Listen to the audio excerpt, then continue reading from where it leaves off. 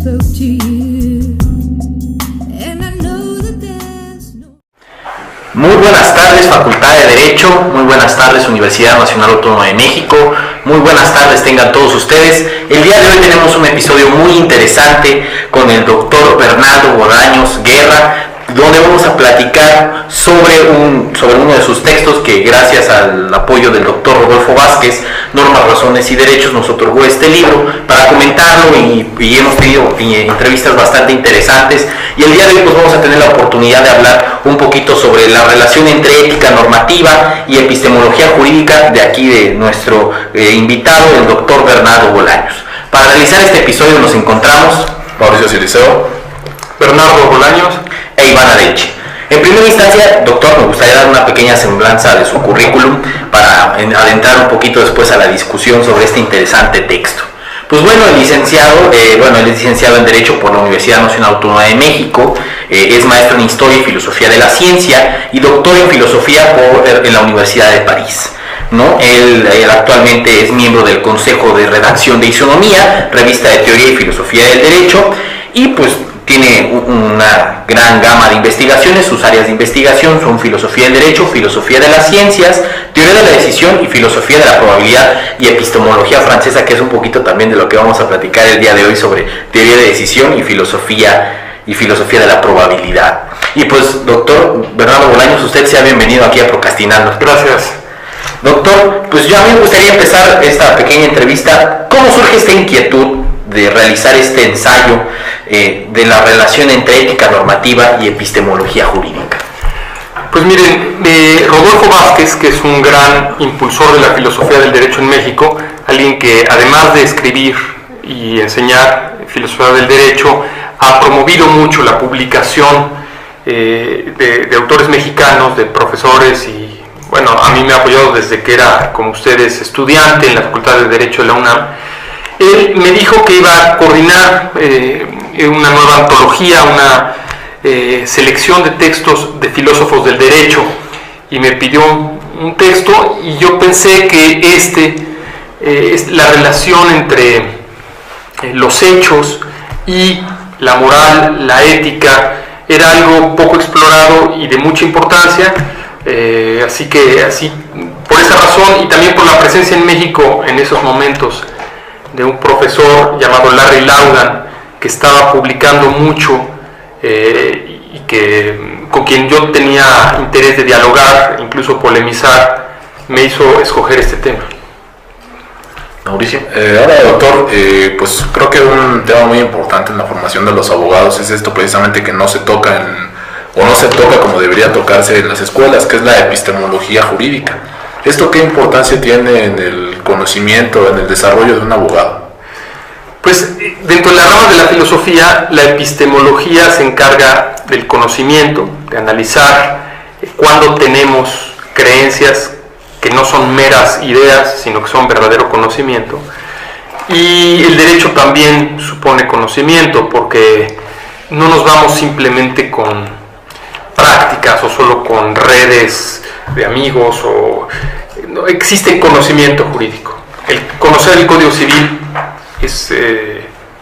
hay conocimiento, como también una serie de prácticas en los tribunales, y sobre todo cuando hablamos de las pruebas es la parte que se acerca más a las ciencias, cuando un abogado tiene que probar la culpabilidad de alguien en un homicidio o la existencia de un fraude, tiene que recurrir pues a pruebas, y esto es muy semejante a lo que pasa con los físicos, con los químicos, etcétera, etcétera, con una gran cantidad de ciencias empíricas. Entonces, aunque el derecho no necesariamente sea una ciencia y hay una discusión, pero sí tiene una relación muy importante con la teoría de la prueba, de las pruebas, y la epistemología jurídica pues es el área que se encarga de ese tipo de estudios. Por lo menos así la han usado esa noción autores como el que yo mencionaba, Larry Laudan, decía, porque ahora no está en México y está haciendo cosas de filosofía de la ciencia, pero él decía, yo hago epistemología jurídica, y las cosas que hacía era hablar de niveles de prueba, estándares de la prueba, sistemas probatorios, etc. Algo que me parece muy interesante de este texto, las relaciones entre la ética normativa y la epistemología jurídica, es que usted nos da un gran marco de historia y también del proceso de cómo se han desarrollado muchas de las teorías contemporáneas, con Ferrajoli, un poquito con Rawls, después va a hablar un poquito de la epistemología utilitarista. ¿Nos podría ir contando cómo se fue desarrollando esta idea de primero empezar a mostrar cuáles eran los contenidos de cada una? Porque las conclusiones son bastante interesantes, que eso es lo que llega junto con Laura a usted a discutir con unas conclusiones. Sí. Bueno, la idea es que en derecho, a diferencia de las ciencias, yo estaba diciéndoles que las pruebas existen en las ciencias, existen en el derecho. La diferencia es que el derecho está invadido, penetrado de decisiones normativas. La validez de las normas impacta también cuando hablamos de pruebas. Hay pruebas válidas y pruebas inválidas, pruebas lícitas y pruebas ilícitas. Y por lo tanto, la epistemología jurídica no está alejada de discusiones normativas, discusiones acerca de la validez de las pruebas y finalmente también de teorías acerca de las pruebas correctas e incorrectas, de las pruebas morales e inmorales. Hay de pronto sistemas jurídicos que aceptan la confesión a partir de presiones muy fuertes, incluso la tortura, y otros dicen esto es inmoral. Entonces hay una conexión de los sistemas jurídicos con la epistemología y por otro lado con la ética. Cuando la ética es una disciplina académica y discute qué tipo de cosas están bien y mal, hablamos de ética normativa, porque de otro modo hablaríamos de ética aplicada, de moral aplicada, por ejemplo la moral de los chinos, confucianos, o la moral de los caballeresca, de los europeos de la Edad Media, pero no, aquí se trata de teorías en ética, y básicamente hay unas cuantas que son fundamentales, como son el deontologismo, al que asociamos a Kant y a John Rawls, la ética utilitarista, con autores como John Stuart Mill y Jeremy Bentham, y el contractualismo, algunas otras, pero estas grandes teorías también afectan la epistemología jurídica porque hay utilitaristas que dicen toda prueba es buena porque se trata de maximizar el conocimiento, y hay deontologistas que dicen no, hay pruebas prohibidas y no se trata de probar a cualquier precio, ¿no? O sea, torturando a alguien, no, y etcétera. Hay matices, pero básicamente el artículo empieza diciendo no podemos hablar solo de epistemología jurídica y ni siquiera de lógica jurídica, y ahí entra Ferrajoli. Claro. Ferrajoli es un autor interesantísimo porque fue un juez, un magistrado en Italia, y es un gran lógico. Claro. Pero se nos olvida a veces, o a quien lo lee y lo admira, se les olvida que su sistema lógico no es neutro, ética, y no, está asociado a varias premisas normativas y morales y éticas. Y eso es muy interesante saberlo, porque si uno no lo sabe, simplemente cree que esa es la lógica jurídica y la única lógica jurídica, y no es así, ¿no? El garantismo de Ferrajoli está asociado a una lógica deductiva, pero es una posición, yo digo, deontologista, es decir, kantiana, aunque él lo niega, él dice que no, pero yo creo que es un deontologista. Precisamente en este sentido de la epistemología de estas corrientes que se encuentran, como es la corriente utilitarista, usted menciona un postulado que lo reducen las siglas en inglés BART, que es Beyond a Reasonable Doubt, que sería más allá de una duda razonable. Este sería un argumento que pues tenemos nosotros como abogados y como en pleno ejercicio de la jurisprudencia tendríamos que ejercer, ¿no? Sin embargo, muchas veces pues no es así. En las facultades, en las escuelas, no se nos enseña ese resquicio, ¿no?, de certeza para efectivamente fallar o no en contra de una persona, ¿no? Creo que también sería de rescatar este postulado que usted menciona. Pues por un lado valdría la pena rescatarlo, pero por otro lado hay muchas críticas a él. Entonces Larry Laudan dice es inservible, hay que tirarlo a la basura porque qué es una duda razonable no está nada claro. Y él que es americano, es estadounidense, siendo que allá es un principio fundamental y en el derecho inglés también, él mismo dice, no funciona. Yo creo, aunque sea mexicano y aquí no se use tanto, que sí funciona y que hay que entenderlo no en el sentido en el que lo entendería un físico, como es Larry Ladauan de origen. Él, antes de hacer filosofía del derecho, fue un gran filósofo de la ciencia, pero creo que empezó en la física. Y cuando uno dice, más allá de la duda razonable, yo entiendo que a un físico le parezca muy raro, pero en el derecho hay razones para hablar de una manera tan vaga, y es que yo siento que los jurados o el juez, en el caso de los sistemas donde no hay jurados, el juez debe confiar en sus intuiciones y en sus dudas, y cuando él tiene una duda razonable, absolver, y que hay que aprender, o sea, sí es importante que en las facultades de derecho se aprenda a modular, a calibrar las creencias, y hay técnicas para eso. Existen disciplinas muy importantes que nos permitirían comprender qué significa una duda razonable, una certeza moral, un grado de prueba, y habría que trabajar en ello. Yo creo que ese principio es muy importante y yo trato de defenderlo en el artículo contra sus críticos, ¿no? Que es bueno mucho usted lo que menciona, ¿no? Que a veces tachan de este tipo de teorías como las teorías irracionalistas, ¿no? En un sentido de la decisión es completamente subjetiva, y aún así que se delimiten la objetividad de ciertas pruebas, pues queda la discrecionalidad del juez, que es uno de los grandes problemas que a mí me gusta y que me llama mucho la atención de este ensayo, mencionar esta contraposición que después de establecer los mínimos o los estándares de prueba, va a existir aún así la determinación del juez con esos principios que usted menciona que van a ser la ética, ¿no? Bajo qué principios subjetivos va a determinar que las pruebas son verificables o aceptables en ciertos contextos. Sí, es lo que tú dices, es decir, existen relaciones complejas. No hay que confundir al derecho con la moral, eso no es lo que trato de decir, evidentemente, y cuando uno empieza en la Facultad de Derecho los cursos de teoría del derecho distinguiendo las normas jurídicas de las normas morales, es muy importante.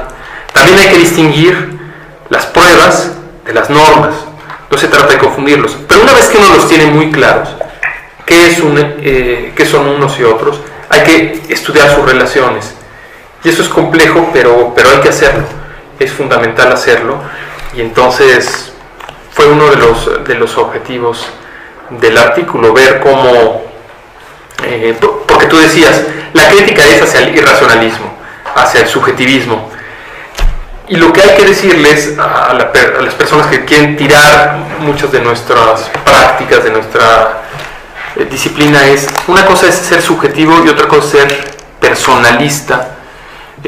Obviamente un juez es una persona y sus decisiones son personales y personalistas, y existe una manera de decidir de acuerdo con las creencias personales.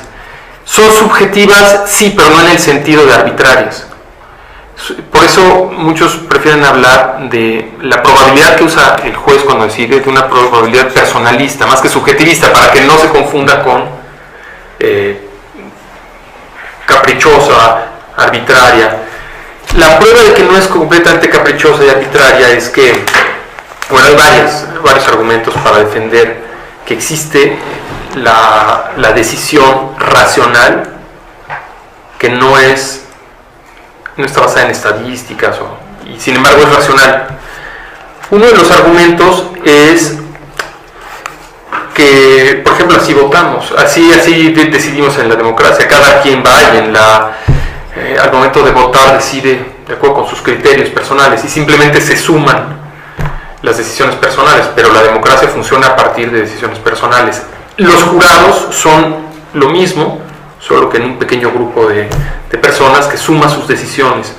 Y un gran filósofo y científico de la Ilustración, Condorcet, probó que entre más miembros existen en un colectivo, es decir, ya sea una población que vota o ya sea un jurado que vota, más racional es la decisión, porque se acumula la probabilidad de acertar. O sea, si alguien se equivoca en un juicio, pero hay más de un Por ejemplo, si se trata de un tribunal colegiado de circuito y hay 3 jueces, la decisión es más confiable que si hay un juez, un magistrado. Entonces no importa necesariamente que la decisión provenga de creencias personales, porque además existen diferentes perspectivas personales. Habrá, por ejemplo, una mujer en el tribunal colegiado que tenga una perspectiva, habrá quizá un negro, un judío, un indígena, y eso da a la decisión una racionalidad con un matiz diferente, con un color diferente. Y Condorcet decía, todos esos matices se suman y hacen que el resultado sea más racional entre más personas participen.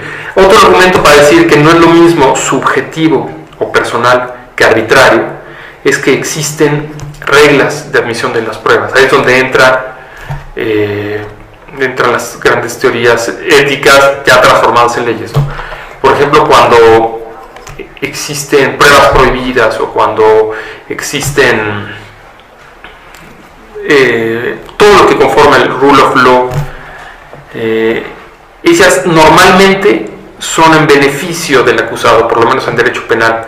Por lo tanto, lo caprichoso solo puede ser en beneficio del acusado.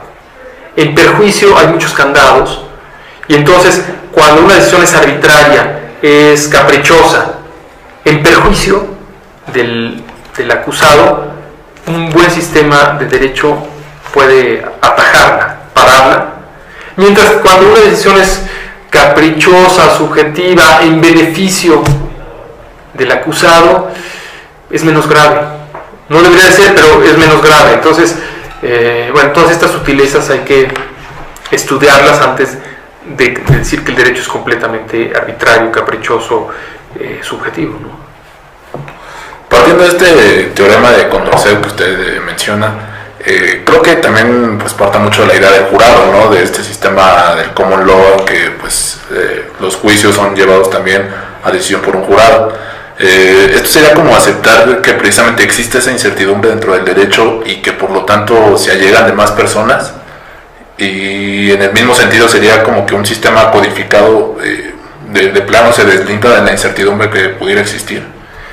Sí, hay algo de eso, de la oposición entre sistemas, tradiciones codificatorias y tradiciones de derecho más oral. Pero por ejemplo Francia, de donde es Condorcet, es la cuna del Código Napoleón, y también hay jurados. Entonces no son oposiciones totalmente tajantes, pero sí tienes razón en que el ideal de los codificadores era excluir toda decisión individual, subjetiva, y que la ley mande. Decía Robespierre que el juez es y debe ser solamente la boca de la ley. O sea, el juez solo debe hablar para decir lo que la ley quiera.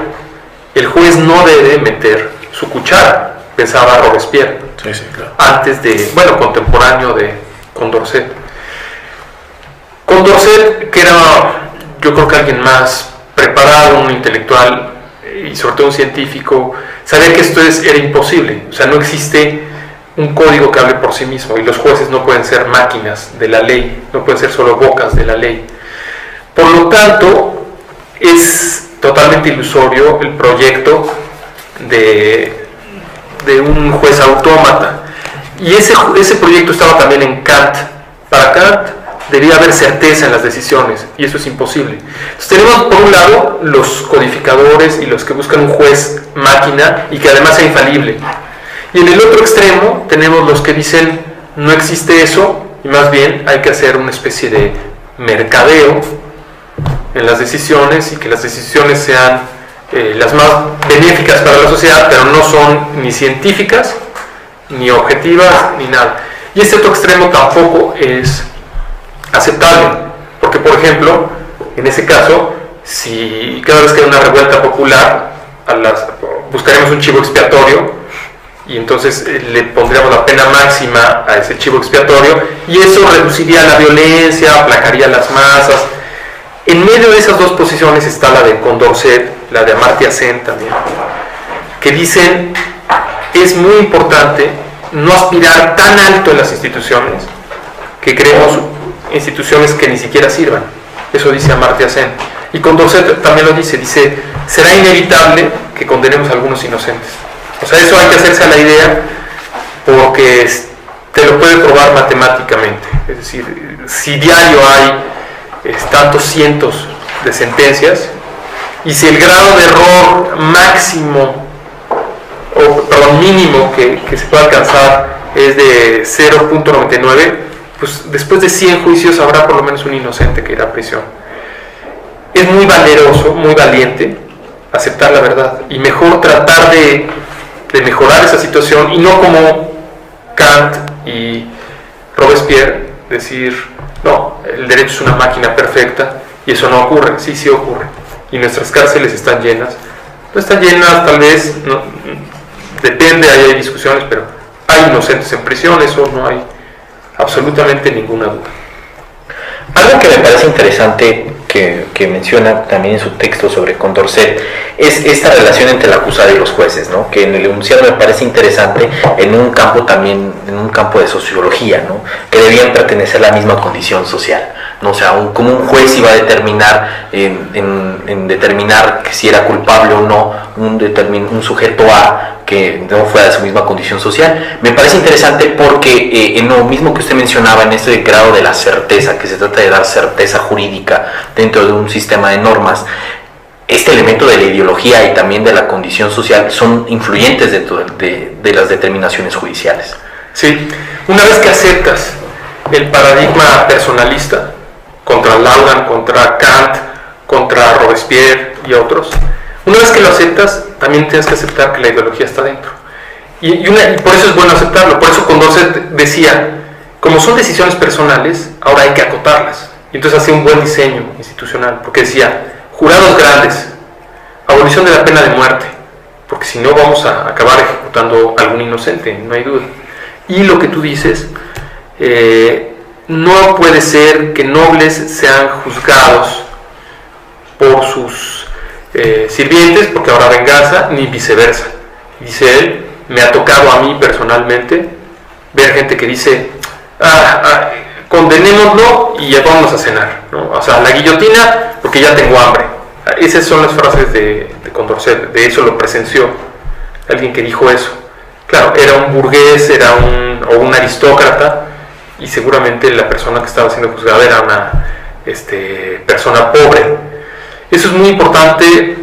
Quién sabe si lo pudiéramos introducir en nuestras leyes en el siglo XXI, pero una vez que admitimos que las decisiones jurídicas son personales, subjetivas y falibles, no infalibles, y que son falibles, que nos podemos equivocar, entonces hay que pensar en ese tipo de medidas. Sería muy bueno.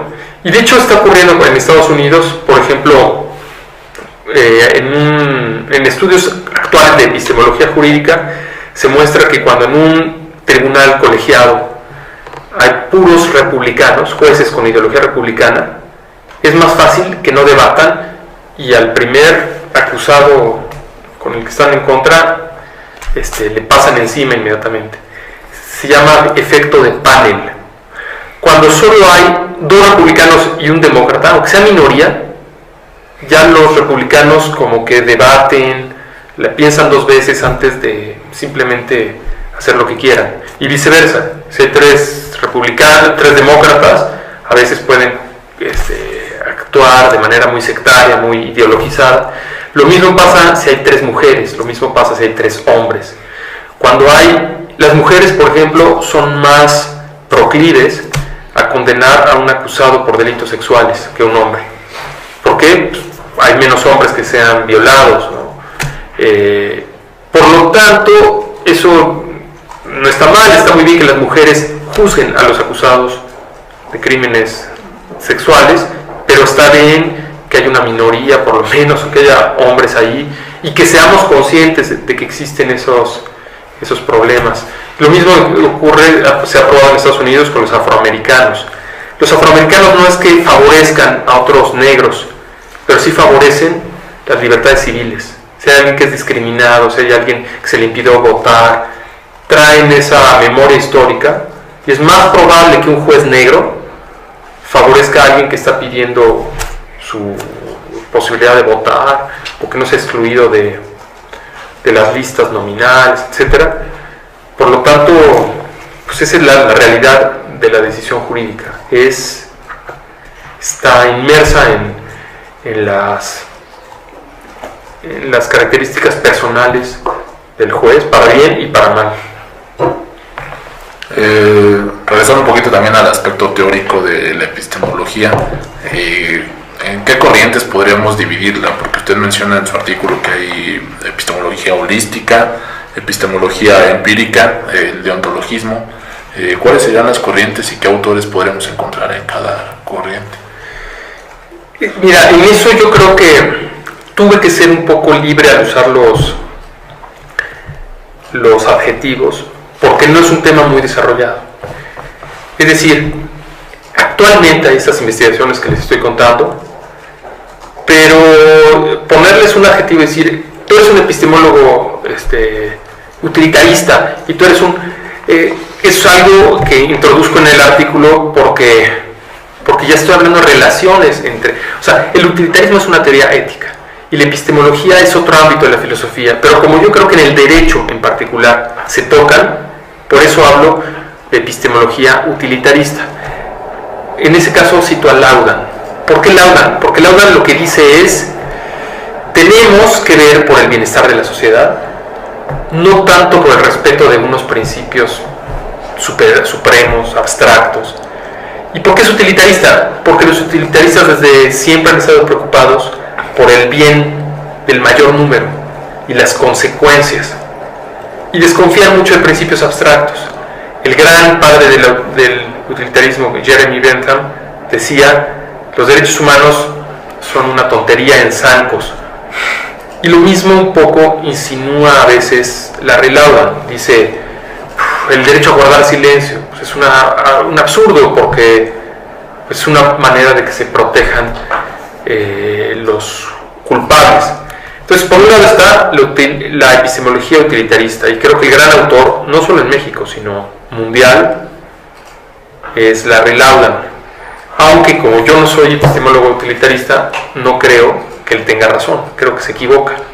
Entonces creo que su posición es muy original y también por eso es el mejor representante actual, quizá, de esta corriente, porque no todo el mundo sostiene eso y yo creo que no tenemos que sostenerlo. Es decir, tenemos que conservar los principios del rule of law, del debido proceso, aunque a veces vayan contra el conocimiento jurídico. O sea, a veces un juez te dirá, no puedes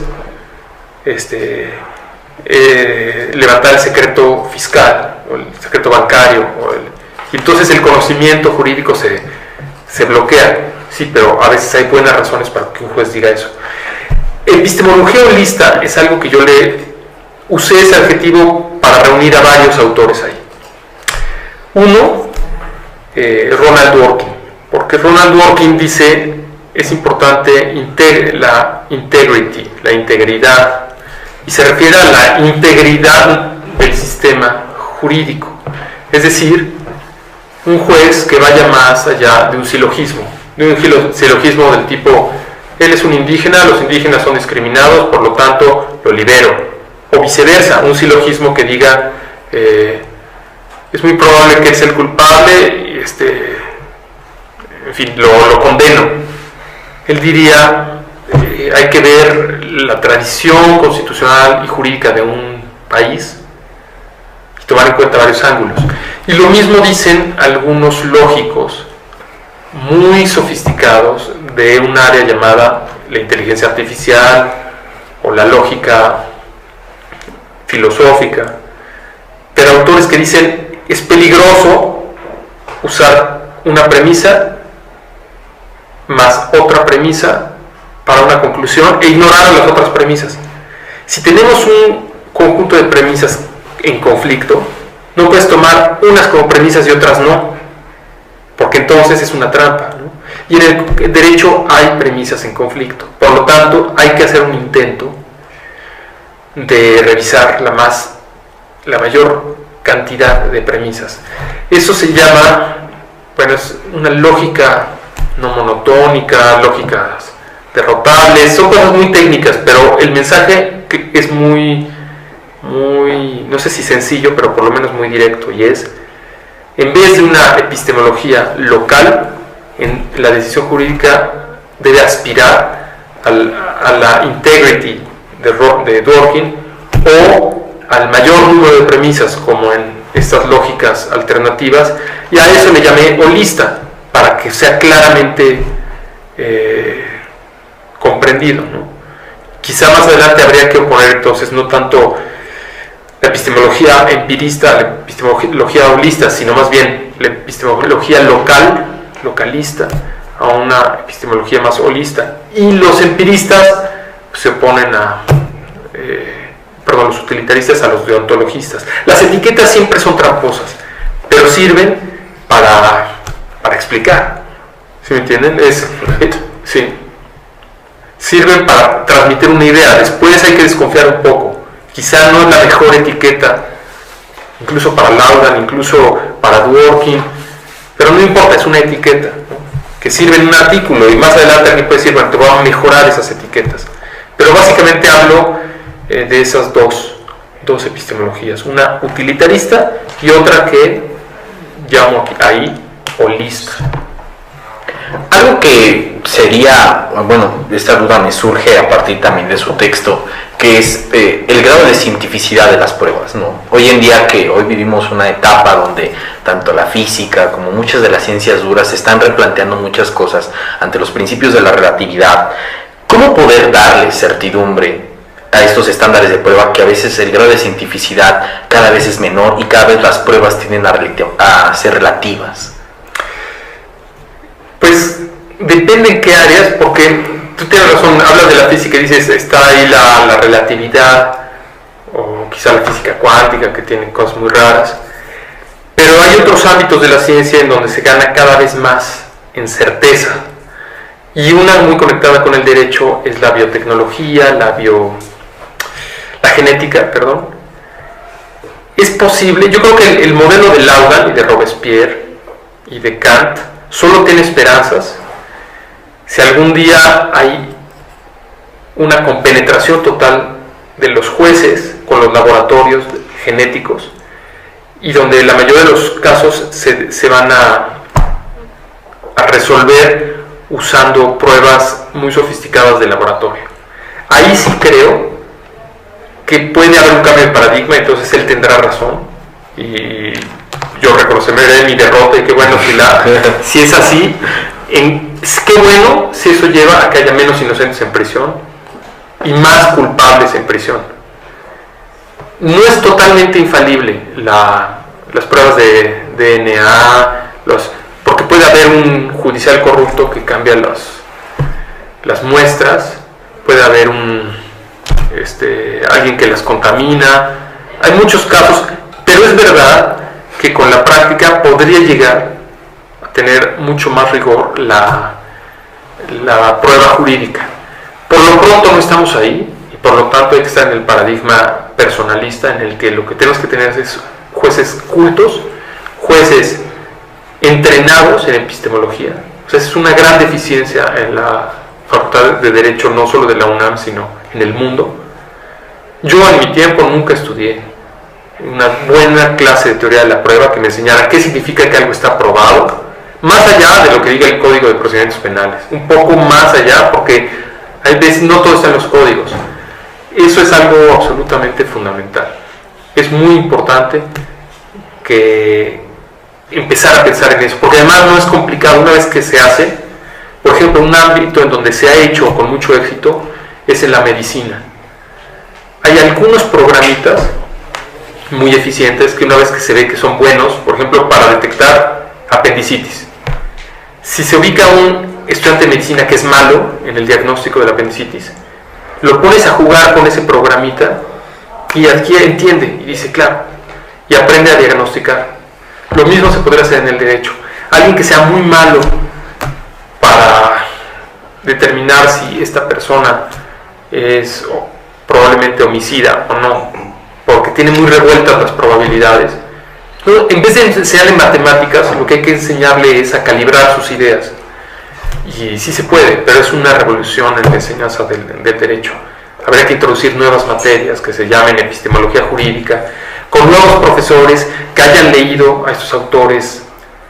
No solo a Laudan, está ahí Posner, porque es un gran divulgador.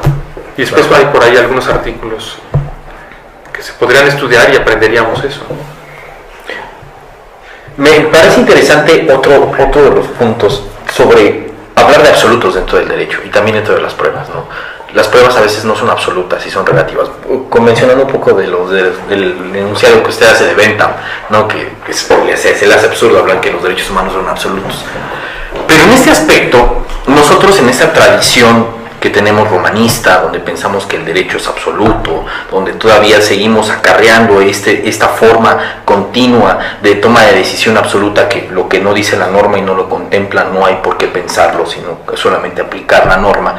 Y me parece interesante esto porque aceptar una teoría personalista habla de que es falible las decisiones de los jueces, y hoy en día me parece interesante cómo vamos a llegar a eso, a trabajar bajo los principios y no sobre las reglas que hoy tenemos. ¿Cuál sería su propuesta para trabajar ahora en principios, como usted lo menciona, y no trabajar en estas reglas tan duras y tan absolutas? Pues habría que ponerse a estudiar, porque cuando decimos que el sistema romanista es la idea que se tiene, y efectivamente hoy se tiende a eso, pero no es por culpa de los romanos, es por culpa de los codificadores, siglo XVII, XVIII. Los romanos tenían otras nociones, excepto en un periodo del imperio, donde justo era el imperio y no era una república mucho más libre, pero ellos tenían la noción de jurisprudencia, que tiene que ver con la prudencia del derecho, y la prudencia es un tipo de inteligencia falible. Es como cuando decimos un hombre prudente no es un matemático. Un hombre prudente es alguien que se va a tientas, que si tiene que firmar una sentencia de muerte la firma con la mano temblando porque sabe que es falible. No es un matemático que diga 2 más 2 son 4 y así es. Y ese es el sentido de prudencia en latín, que viene del griego, donde las nociones de prudencia y de algunas nociones asociadas tienen que ver con la sabiduría práctica, eran muy importantes para juzgar en la asamblea entre los griegos. Entonces, una de las cosas que habría que hacer es entender que esta utopía del derecho absoluto que está en los códigos es del siglo XVII en adelante, y que fue abandonada en muchos países que la iniciaron, y que nunca llegó a otros países donde siguieron con la noción de la prudencia del juez. Eso es por una parte. Entonces, habría que reintroducir buenos cursos, por ejemplo, no solo derecho romano. Aristóteles ya tiene eso clarísimo en la Ética Nicomaquea, en el libro quinto, y el sexto creo que también es sobre prudencia, pero el quinto es sobre justicia, y la justicia para él no es una justicia matemática, tiene que ver con una prudencia, y menos tiene que ver con un código, tiene que ver con la ponderación, claro. Eso es hay una reaparición de este pensamiento antiguo en autores como Robert Alexy, en autores como, todos los que hablan de ponderación. Y por eso Ferrajoli hay que tener mucho cuidado, porque él no habla de ponderación y desconfía y está tan orgulloso de su gran sistema lógico que no reconoce que ahí hay una grave laguna, ¿no? Entonces, gente como Alexy y otros que hablan de principios y de ponderación, en realidad solo están regresando a los clásicos. Entonces habrá que leer a los dos, leer un poquito más a los clásicos, no es mucho leer el libro quinto de la Ética Nicomaquea, y luego leer a los grandes autores actuales que hablan sobre principios y ponderación. Obviamente Dworkin empezó esta revolución contra Hart, la noción de principios frente a la de reglas, pero más claramente hoy ya es muy fácil estudiar algunos artículos clásicos de Alexy, y con eso uno tiene claro que la teoría de la decisión en el derecho va por ese lado, no va por el lado de los silogismos perfectos sacados de un código y en los cuales el juez es una máquina. Eso yo creo que es para tirarlo a la basura ya aquí en todo el mundo, ¿no? También complementando esto, usted menciona que para llegar a un mejor concepto de epistemología, pues tendríamos que entrar al estudio de las emociones humanas, ¿no? Que también es algo muy, muy propio de nuestra disciplina. Pues en este sentido estaríamos hablando que pues las teorías del formalismo, del positivismo, pues han ya sido superadas, ¿no? Que no le entran realmente al estudio de estas cuestiones tan latentes y que de plano las relegan o cercenan del conocimiento, ¿no? Sí, sí, esa parte en filosofía es muy discutida porque ahí no está muy de moda. Es decir, la teoría de los sentimientos morales y las teorías de las emociones fueron muy importantes en autores como Hume, pero hoy es más importante en filosofía Kant. Lo mismo que nos pasa en el derecho, que hay gente que sigue creyendo que Kelsen es Dios, hay gente en la filosofía que cree que Kant es Dios. Entonces es muy difícil hoy encontrar buenos libros, buenas investigaciones sobre los sentimientos morales, pero hay que trabajar en eso porque hay una parte fundamental y tiene que ver con las decisiones. Si nos quedamos en un paradigma personalista, pues entran en juego emociones y entran en juego ideologías entonces hay que comprender cuáles son arbitrarias y en qué circunstancias y cuáles no, y para eso hay que trabajar, desgraciadamente hay que trabajar mucho porque no está tan disponible y a la mano una teoría moral que nos explique claramente esto. Y luego en el área de la psicología están en pañales las ciencias cognitivas. Las ciencias cognitivas es una suma de psicología del desarrollo, inteligencia artificial, lógica filosófica y otras disciplinas que estudian las capacidades cognitivas de los seres humanos, pero no están tan avanzadas. Entonces, pues ni modo, como decía un autor, tendremos que ir construyendo el barco mientras navegamos, porque yo no me regresaría a Kelsen y al formalismo solo porque no hay un libro ya bien preparado para nosotros sobre la teoría moral de los sentimientos, sobre las teorías de los sentimientos morales y las emociones. Ni modo, aunque no exista, tenemos que ir en otro barco e ir construyendo el barco mientras lo usamos, incluso mientras ejercemos la profesión de abogado o de juez, porque no hay otro remedio. Lo otro creo que es un error Anacrónico. Otro punto que me parece interesante es usted el reconocimiento que hace, ¿no? en una parte de su texto, que posiblemente estas teorías de la decisión, pues posiblemente solamente son una parte de uno de los fundamentos más importantes dentro del derecho, que es la argumentación, ¿no? ¿Usted cree que esta teoría personalista que usted trata de defender, contraponiéndolo con Laudán, va a mejorar o nos va a complicar más el asunto en los términos de argumentación? Porque reconocer que las determinaciones son personalistas, que son falibles y todo, va a complicar más el asunto de la argumentación, y más aún pasamos bajo principios en un sistema tan tradicionalista que tenemos. Yo no creo que eso complique mucho, porque de todas maneras se hace. O sea, los jueces hoy tienen que decidir, tienen que interpretar y tienen que argumentar. Más bien, si lo hacen mal hoy, pues no lo van a hacer peor cuando uno les pide un esfuerzo. Simplemente se trata de señalar sus errores y decirles, oiga, no es tan fácil. O sea, lo que está usted haciendo es una injusticia, porque está aplicando a rajatabla una norma que no tiene que ver, por tales y tales razones, o por ejemplo, no está ponderando. Porque es típico de los jueces decir, me voy por este lado, entonces desarrollo premisas que se encadenen y lleven a una conclusión, y olvidan las otras premisas. Entonces simplemente es denunciar eso y decirle, usted está violando el principio de completud, de una justicia completa, ¿no? Tenemos derecho a una justicia completa, y si omites considerar algunas premisas, eso no es una justicia completa. Entonces denunciar eso no creo que sea revolverlo, no creo que sea, confundirlo. Es simplemente, sí, hacer que vuelva a pensar su decisión y quizá que cambie el sentido de su decisión, pero eso no es eso va en el sentido de la racionalidad. O sea, si hay una decisión incorrecta y alguien a través de las críticas logra que esa decisión sea revertida o sea pensada 2 veces, no hay ninguna tragedia social. O sea, no se trata... Yo sé que este texto es muy técnico, por ejemplo, y sé que algún juez no podría decir estoy perdiendo el tiempo, pero quien, como ustedes, estudia, si le gusta la filosofía jurídica, puede traducirlo en algunas críticas muy concretas. Por ejemplo, decirle a algunos ministros de la Corte, ustedes en su resolución no consideraron gran parte de las peticiones, de lo que estaba en la litis.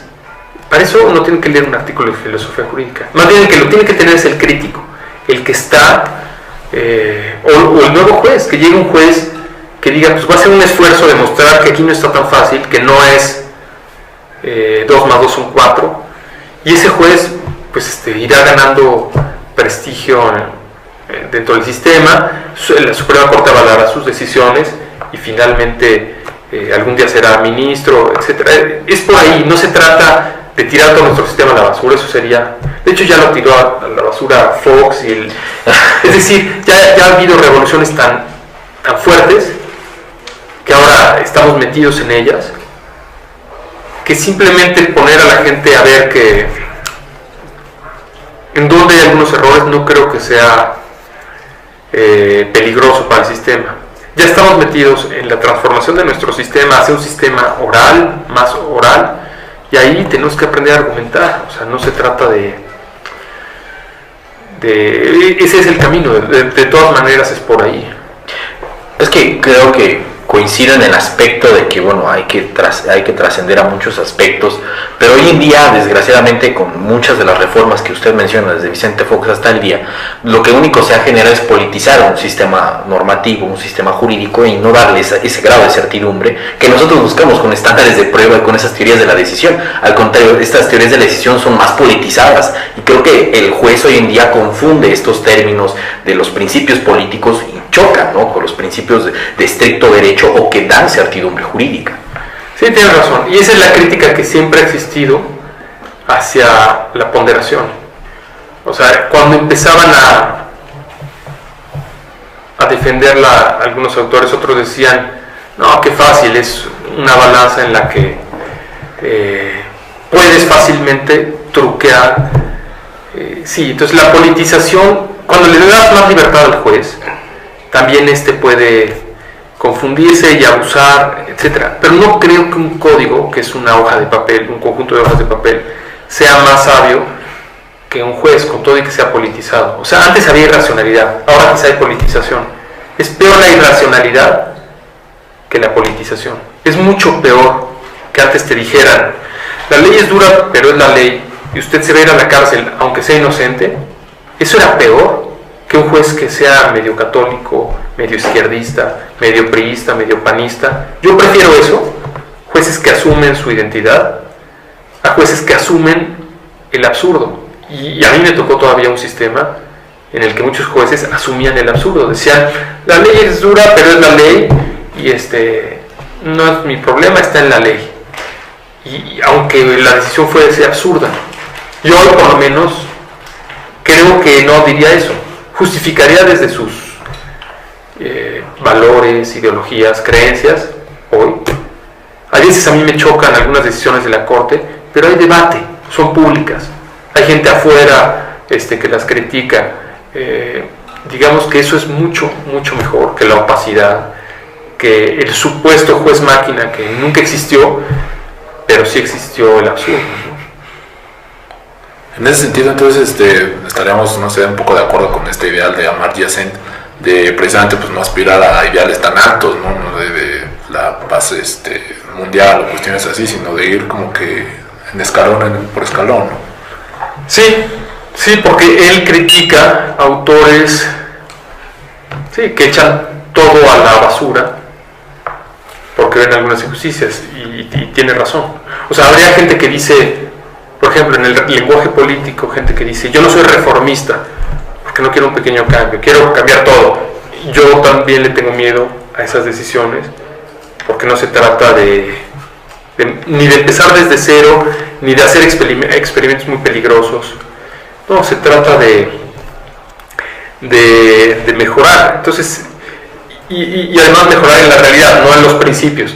Ahorita estamos mejorando más en los principios que en la realidad. Por ejemplo, los senadores que promovieron junto con Calderón las reformas a derechos humanos recientes, algunos simplemente creyeron que con hacer esas reformas a la Constitución, eso iría a la realidad, y ya estamos viendo muchos problemas en los cuales la Constitución está muy alejada y las decisiones se prestan a politización, a arbitrariedad, pero bueno, son varios problemas, ¿no? Podríamos discutir las últimas reformas, pero básicamente estoy de acuerdo contigo en que hay que, igual que Amartya Sen, decir, lo que importa no son instituciones perfectas, lo que importa es no estar peor en la realidad que con otras instituciones. Pues, doctor Bernardo Bolaños, se nos ha acabado el tiempo, por desgracia. Creo que ha sido muy enriquecedor en muchos aspectos. Creo que su texto, que lo pueden ustedes ubicar aquí enfrente, que es el de Normas, Razones y Derechos, compilador Rodolfo Vázquez, ahí lo encontrarán en el ensayo del doctor Bernardo Bolaños. Les repito el nombre sobre este texto, y no se olviden también de ahí tenemos la segunda revista donde nos pueden encontrar. Y pues les recomendamos estas relaciones que existen entre la epistemología, entre la ética normativa y la epistemología jurídica. Doctor, pues muchísimas gracias. No sé si queda algún comentario extra en la mesa. No, pues simplemente los felicito porque está muy bien difundir por todos los medios posibles, pues no sé, la investigación. Además, iniciar discusiones, porque esto no solo es presentar este artículo, sino lo hemos discutido, y los felicito. No, pues muchísimas gracias. Y Mauricio, no sé si queda... Pues solamente dejar la dirección de la página del proyecto, que es proyectogradocero.com. Ahí es donde van a encontrar todos nuestros podcasts, las dos revistas que tenemos, y propiamente lo que es este programa, que es procrastinando-medio-derecho blogspot.com y procrastinando.podomatic.com. Ahí lo pueden descargar. Y no se olviden que el 15 de noviembre a las 9 de la mañana en la Facultad de Derecho, en el Auditorio Eduardo García Maínez, se presentará el número 2 de la revista. Nos estaremos viendo ahí. Muchísimas gracias.